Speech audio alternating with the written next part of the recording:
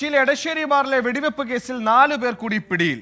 പ്രധാന പ്രതികളെ ഒളിവിൽ പോകാൻ സഹായിച്ചവരാണ് അറസ്റ്റിലായത്. അജീഷ് ജയകുമാർ ചേർന്നു. അജീഷ്, അന്ന് ആ ബാറിൽ വെടിവെപ്പുണ്ടാക്കിയ സംഘത്തിലെ എല്ലാവരും പിടിയിലായിരുന്നു. എന്തൊക്കെയാണ് വിശദാംശങ്ങൾ? സുഹേൽ, ആ സംഘത്തിലെ ഇനി 2 പ്രതികൾ കൂടി, നേരിട്ട് പങ്കെടുത്ത 2 പ്രതികൾ കൂടി ഇനി പിടിയിലാകാനുണ്ട്. അവരെ, ഈ മുഖ്യപ്രതികളെ രക്ഷപ്പെടാൻ സഹായിച്ച 4 പേരാണ് ഇന്ന് പിടിയിലായിട്ടുള്ളത്.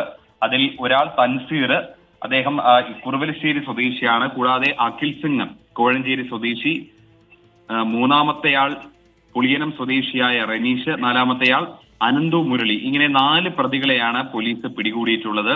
മൊബൈൽ ഫോൺ ടവർ ലൊക്കേഷനും CCTVയും പരിശോധിച്ചാണ് പോലീസ് ഈ മുഖ്യപ്രതികളെ രക്ഷപ്പെടാൻ സഹായിച്ച ഈ 4 പേരെ കൂടി ഇന്ന് അറസ്റ്റ് ചെയ്തത്. ഇവരെ മജിസ്ട്രേറ്റിന് മുന്നിൽ ഉടൻ തന്നെ ഹാജരാക്കാവുന്നതാണ്. നേരത്തെ 5 പേരാണ് ഈ ഇടശ്ശേരി ബാറിൽ കഴിഞ്ഞ ഞായറാഴ്ച രാത്രി 11:45 ബാർ ജീവനക്കാരെ വെടിവെച്ച് പരിക്കേൽപ്പിച്ചത്.